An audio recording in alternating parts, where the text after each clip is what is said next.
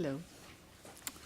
I'm grateful for the opportunity to take part in the conference here in Leiden, and I would, as last paper, like to add one more location to our discussion, the political cultural landscape of Israel. Like many other places, Israel too is experiencing a flow of new museums and memorials, and I believe that the role of museums in the nation-building process can't be considered separately from that of memorials. To answer questions such as whose heritage and whose memory is it anyway, we need to take into account processes of creating and reinforcing a national narrative and collective memory as is done by the Israeli government. The complex Israeli national narrative is largely the Zionist story.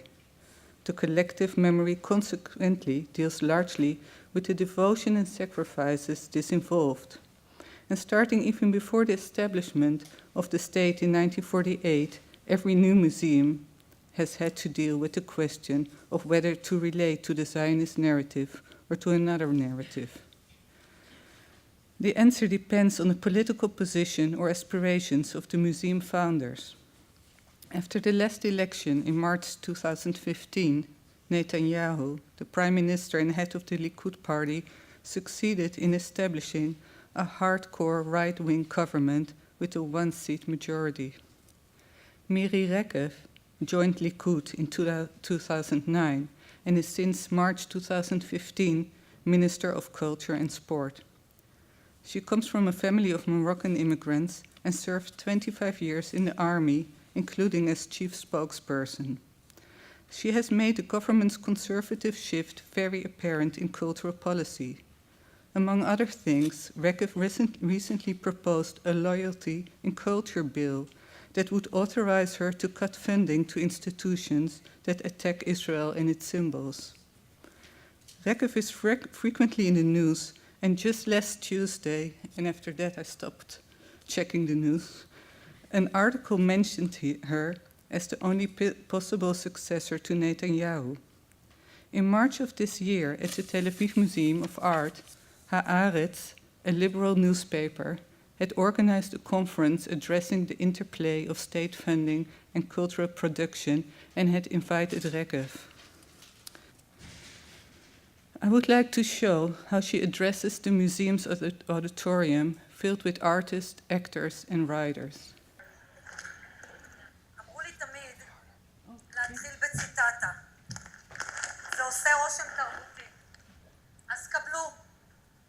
כמו שאמר פעם פילוסוף סיני ידוע, סנצ'ו, cut זה בולשיט! cut זה בולשיט! And especially her expression afterwards. I thought of that with yesterday's speaker, the importance of sound, and only when I heard her say it after I have read it, I thought I have to show you this. So in July, artists, museum directors, and educators filed a lawsuit against the ministry due to increased threats to freedom of speech. The protest comes mostly from art institutions. It seems that ethnographic and migration museums haven't changed their policies, choosing instead to continue to promote distortions of their own narratives that they hope will be accepted as part of the national narrative. So the question of what role ethnographic museums can play in fashioning a more convivial policies seems at present not relevant for Israel. Rather, the question that should be asked is whether belonging remains a goal worth striving for. And today I will look at two existing ethnographic museum collections, that of the Bedouin and Iraqi group, and two currently in formation, that of the Israeli Arab and the Ethiopian group, for discussion of current debates regarding questions of citizenship and belonging in Israel. These unlabeled tanks, shown already in the background of the first slide, are the first objects you see when you visit Al-Badia, a site of 1,000 square meters that includes a monument to the fallen Bedouin soldiers and a Bedouin heritage center. It's located in the Galilee. And although surrounded by Bedouin villages, the site itself is a neutral place that doesn't belong to any of the Bedouin communities, preventing control by any one extended family. About 1/5 of the Muslim Arabs in Israel are Bedouin, an Arab semi-nomadic group of tribes. And unlike most Muslim Arabs, the Bedouin community allows its sons to volunteer for military service in Israel, which they have done in large numbers. And while the southern Bedouin of the Negev desert are ambivalent about the state of Israel, the northern Bedouin of the Galilee identify with it almost fully. And because of their participation in the IDF, they have come to be viewed by Jewish Israeli society as a separate, non-Arab minority group loyal to the state. They don't ignore their own heritage and memory, rather they make far-reaching adjustments to their way of memorializing it in order to fit into the national Israeli and sometimes even Jewish heritage and collective memory. The founder of this site is Mr. Ziad Saidi. He was born in 1958 in Haifa. He went to Jewish high school, where he experienced Memorial Day, the day of remembrance for the fallen soldiers of Israel. His father died while serving as a border guard when Saidi was 12 years old, and he couldn't understand why there were no memorial ceremonies for his father. In the 80s, during a meeting he organized with Bedouin families and a representative from the Prime Minister's office, it was agreed to establish such a memorial. This resulted in the Wall of Tears monument, in which the names of Bedouin who fell in the service of their country are engraved. There are 2 citations, lines from an early 20th century Hebrew poem by a Jewish poet, and Al-Fatiha, the first sentence of the Quran. The monument was unveiled in 1993 in a ceremony attended by then Prime Minister and Defense Minister Yitzhak Rabin.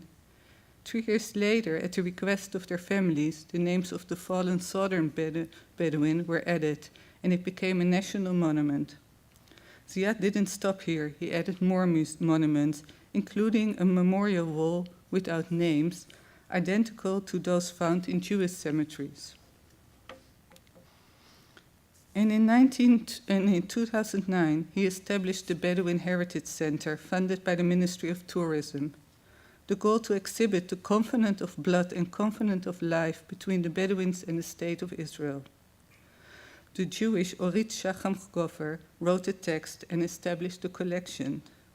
The exhibition area consists of a dark winter tent and a bright summer tent.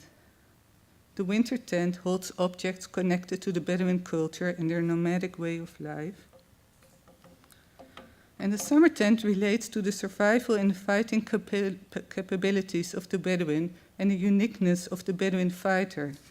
And it's not a coincidence that the army uniform is the last thing you see before leaving the Heritage Center, just as the tanks at the entrance to the site are not as neutral as the absence of a label might suggest. In 1996, Said Abu Shakra established the Al-Fahim Gallery of Art in Al-Fahim, the second largest Muslim Arab town in Israel. He's from a family of many artists, and he too studied art in college. But for 25 years he worked with the Israeli police force and painting in his free time. And this is one of his own paintings. Now retired, he devotes his time to the gallery. And 2 years earlier, while attending the opening of an exhibition of works by his late cousin Assam Abu Shakra, he asked himself why the Tel Aviv Museum of Art was the first museum to honor his cousin. He decided to open an art gallery in Al-Fahim in the hope of educating a new generation capable of studying art and representing its own culture. He managed to receive some funding from the Ministry of Education and Culture and from the municipality, whose mayor, Sheikh Raid Salet, was also the head of the Islamic movement in Israel. In 2006, during a fundraising event at the Tel Aviv Museum of Art, Said announced the start of a museum of contemporary art in Al-Fahim. Tal Ben Tzvi, a Jewish expert on Palestinian art, would design a collection plan. The permanent collection of the future museum would consist of 60% Palestinian art, and the remaining 40% would be the Israeli and international art. The one concession the gallery made to Islamic rules was to keep out nudity. 10 years later, the model of the future museum, designed by Jewish architects, is but an object exhibited on the second floor of the gallery. Abu Shakra had trouble raising the necessary funds. He intended that 40% of the funds would come from Arab donors, but he found that few were willing to donate to an institution in Israel. He decided instead to renovate the gallery and to get it recognized as a museum. The collection now consists of 400 works, and 6 months ago some were exhibited as an introduction to Palestinian art. The official opening of the renovated gallery was only 2 weeks ago, and the invitation read, "We were honored to be supported by the Ministry of Culture, the Lottery, the local community, and our advisory board in Israel and the United States who made this change possible." And the artist whose work was exhibited to mark this important point in the history of the Al-Fahim Art Gallery is the Jewish Gershon Knipsel. Meanwhile, in May, the inauguration of the building of the first Palestinian museum opened in Birzeit in the West Bank. The core of the museum will be the history and culture of Palestinian society. And when its director, Omar Akaten, was asked about the Al-Fahim Gallery, he said, "I think that we have a very powerful, very rich and diverse culture, and it should be one that measures itself against human history in general, and not within the narrative of nationalism or Zionism." A museum that has existed for years and that from the start made an explicit effort to become part of the Zionist narrative is the Babylonian Jewry Heritage Center in Or Yehuda, a city near Tel Aviv, where many Iraqi immigrants were housed in transit camps. And next to the museum stands a monument to the memory of Iraqi Jewish martyrs. With the beginning of the Arab revolt in Palestine of 1936, the security of the Jews in Iraq was undermined, and in 1941 pogroms killed 180 Jews. In 1948, following the establishment of the State of Israel, thousands of Iraqi Jews were imprisoned. And in 1950, the Iraqi government gave permission to the Jews to immigrate on condition that they renounce their Iraqi citizenship and relinquish their property. And by the time the law expired on March 8, 1951, nearly 105,000 Jews had immigrated to Israel, while over 15,000 more had left the country illegally. And although it was indeed a case of rescue immigration, they had not needed to be rescued until they registered to leave Iraq. And whereas Israel expected them to be grateful, the Iraqi Jews expected Israeli society to recognize and appreciate the sacrifice they had made. Despite this discrepancy in perception and a difficult beginning, 20 years after their mass immigration, Iraqi Jews were considered to be the best integrated of the Americans from Islamic countries. Well established and secure in their status, a group of activists began to criticize the neglect of their community by the Israeli establishment. In 1973, they founded the Babylonian Jewry Heritage Center, both a research center and a museum.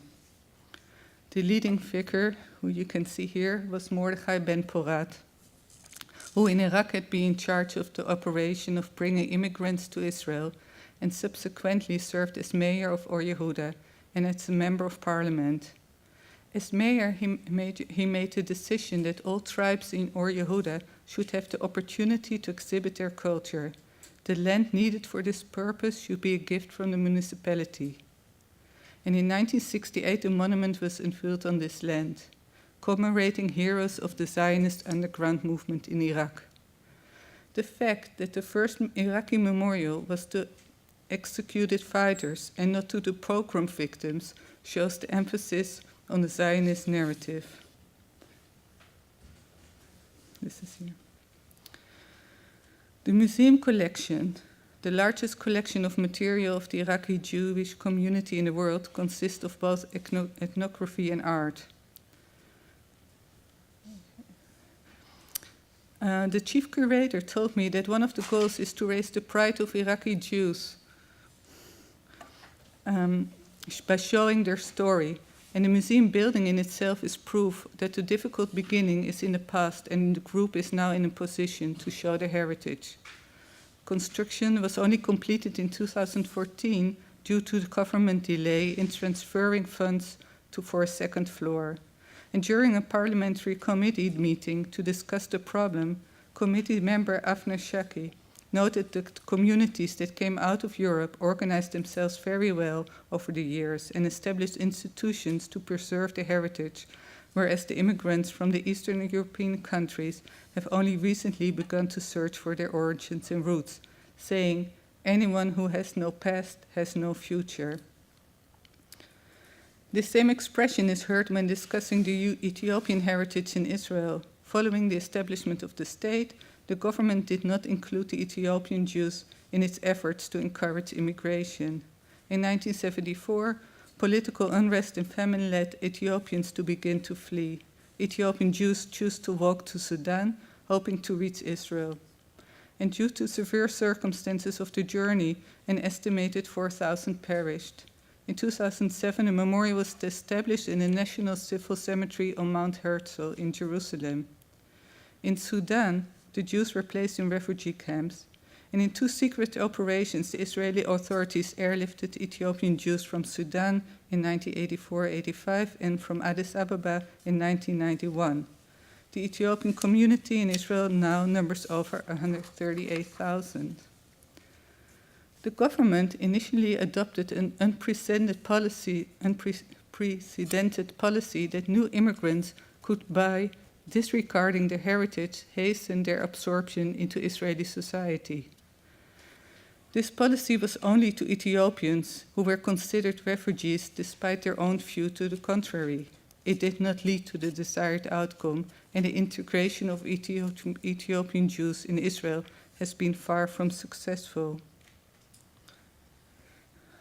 This is the monument. 30 years later, the government has reversed itself and now, in line with the older generation of the Ethiopian Jewish community, asserts that denial of heritage actually hurt their absorption.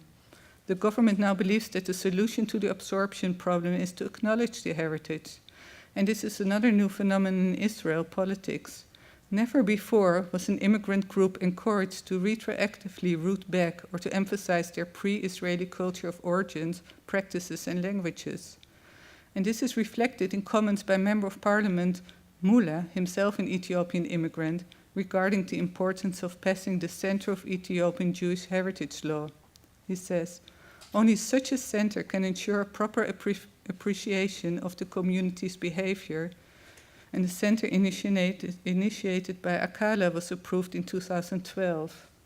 A center that is being created to share the incredible traditions of Ethiopian Jewry with the people in Israel and across the Jewish world, according to Simcha Ketanu of the public committee behind the project. No budget was allocated till this past June, when Minister Regev announced the allocation of funds for the center, and she stated, "The Ethiopians have been discriminated against, like all the black people in our country, the Haredim, ultra-Orthodox who wear black, Arabs, and Jews from Arab countries. The time for black has arrived. You and I are proud to be black." To sum up, Israel's right-wing government has changed the political cultural landscape, emphasizing the need for groups to promote their own heritage. However, the heritage has to be, from the outset, unquestionable connected to the Zionist narrative. That way the group presents itself as equal partners, with a valid claim to the Zionist narrative, and not as victims that had to be rescued. As we see, this was done by the Iraqi population and might help explain their successful integration. The Ethiopian immigrants, on the other hand, with the encouragement of the government, emphasized the Zionist aspect, but marginalized their own heritage. And not only is their integration a failure, new attempts by both the government and the group itself to present the heritage have not been fruitful. Even an Arab Muslim minority group like the Bedouin can be almost fully integrated in the Israel national narrative and be part of its collective memory as long as it pretends not to be Arab. And finally, an Arab modern art museum can get funding as long as it shows Israeli Jewish art. Within each group, only a certain, even smaller part will feel connected to this version of the heritage exhibited. And when you are being forced to tell only certain aspects of your story to accommodate the government narrative, the question arises as to what extent you want to adjust who you are. What happens if belonging is not something worth striving for anymore? What happens when there is no room anymore to belong, but when you are still present? And while I was thinking about these questions, I read last week's column by Said Kashua. Kashua is a renowned Israeli Arab author who writes in Hebrew and has a weekly column in Haaretz. 2 years ago, he moved to the States, and for his readers, his departure symbolized the country's decline into angry factionalism. The column he wrote just after the winner of the elections in the state was announced. He says, "One of our declared intentions was that we no longer wanted to feel that we belong. The idea was to live in a place where by design we would be foreigners, in the hope of finding an alternative home where the children's foreignness would be more tolerated.